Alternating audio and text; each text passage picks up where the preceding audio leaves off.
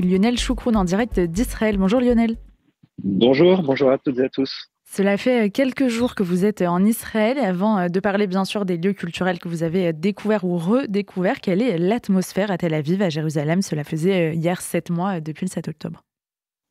Écoutez, c'est une atmosphère faite, évidemment, si on connaît un tout petit peu ce pays, faite de paradoxes multiples. Évidemment, nous sommes arrivés la veille de Yom HaShoah, évidemment plus de 6 mois après le 7 octobre, et évidemment aussi parce que ce pays est comme ça et parce que entre guillemets c'est la vie qui continue et à la fois les commerces, les activités professionnelles, familiales, éducatives qui se poursuivent. Donc c'est un c'est un paradoxe permanent et surtout lorsque l'on discute, lorsque l'on parle avec les Israéliens et comme on a pu le faire lors de ce séjour qui se termine. Et nous le terminons aujourd'hui, nous sommes là actuellement à Neve Shalom, et bien des discussions très intenses, très animées et pétries évidemment d'émotions, à la fois l'émotion encore très vivace du 7 octobre, mais aussi l'émotion, j'allais dire, sur un plan plus politique, sur les perspectives et sur cet après que certains cherchent à dessiner avec évidemment beaucoup de difficultés comme on peut l'imaginer. Vous avez visité plusieurs lieux culturels, notamment la Bibliothèque nationale ou encore le musée du peuple juif. Que pouvez-vous nous en dire? Écoutez, pour celles et ceux qui auront la possibilité, je dirais la chance de pouvoir venir prochainement en Israël pour des vacances, pour visiter leur famille, leurs amis, ne loupez pas ces deux lieux qui viennent d'ouvrir.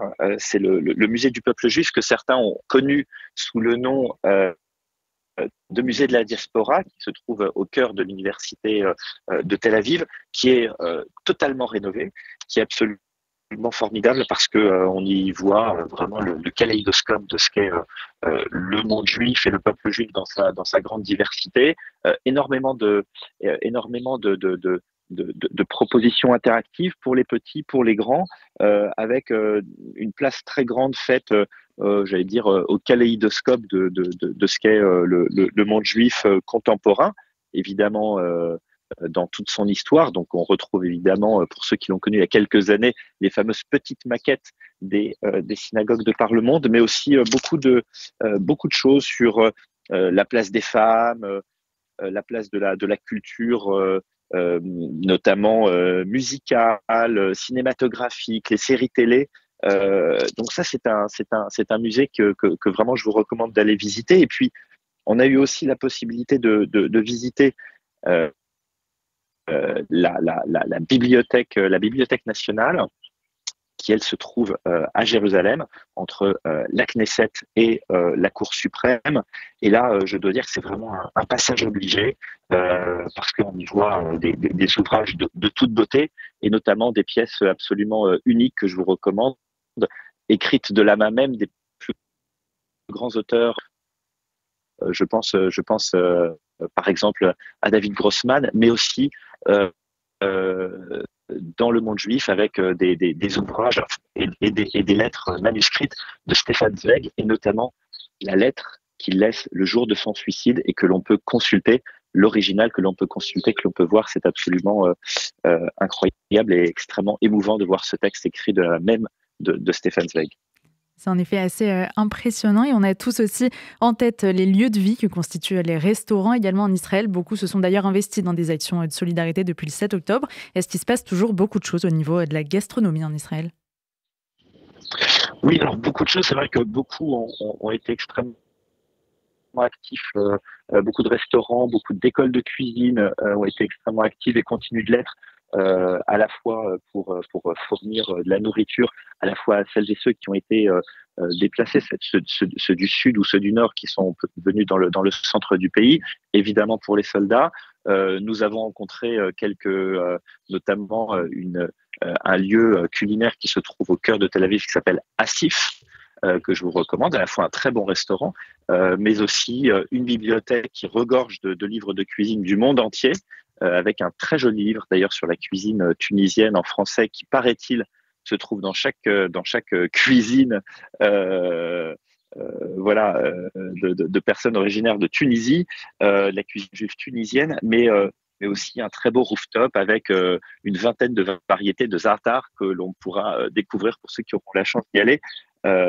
Voilà pour l'activité gastronomique. Et puis on est allé aussi redécouvrir le vignoble de Castel. Et puis prochainement, dans les petits plats dans les grands, j'en ai profité pour faire une interview de son fondateur, Eli Benzaken, qui a fondé ce vignoble en 1992. Le petit vin, le grand vin de chez Castel. Voilà, donc à la fois beaucoup d'émotions, beaucoup de rencontres avec presque une dimension politique, même si c'était pas l'objet de ce séjour, mais en tout cas toujours très empreint dans les discussions et évidemment voilà l'ombre du 7 octobre, malgré la vie qui continue évidemment de planer ici. Dernière question, Lionel Choucroune, une question presque rhétorique, mais le tourisme en Israël cet été, notamment, il est fortement attendu par les acteurs du secteur que vous avez rencontrés. Évidemment, on a rencontré des représentants du ministère du Tourisme qui attendent évidemment avec impatience le retour des touristes, à la fois les pèlerins, puisqu'ils sont extrêmement nombreux, les pèlerins chrétiens qui sont extrêmement nombreux à venir en Israël et qui commencent un tout petit peu à revenir avec probablement un petit peu plus cet été, évidemment. Et puis évidemment un tourisme qu'on qualifiera plutôt de communautaire,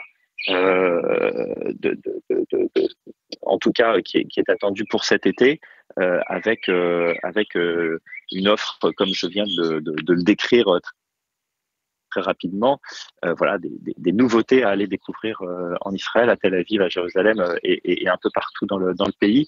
Donc une vraie attente, pas seulement sur le versant, je les dirais, de la solidarité humaine ou économique, mais aussi celui du tourisme au sens premier, c'est-à-dire d'aller découvrir des lieux de culture, de gastronomie, les paysages, les terroirs, les territoires de ce pays très riche, comme vous le savez. Merci beaucoup Lionel Choucroune pour ce tour d'horizon touristique. On vous retrouve sur RCJ dès la semaine prochaine. Bon retour à vous. Merci, à très vite.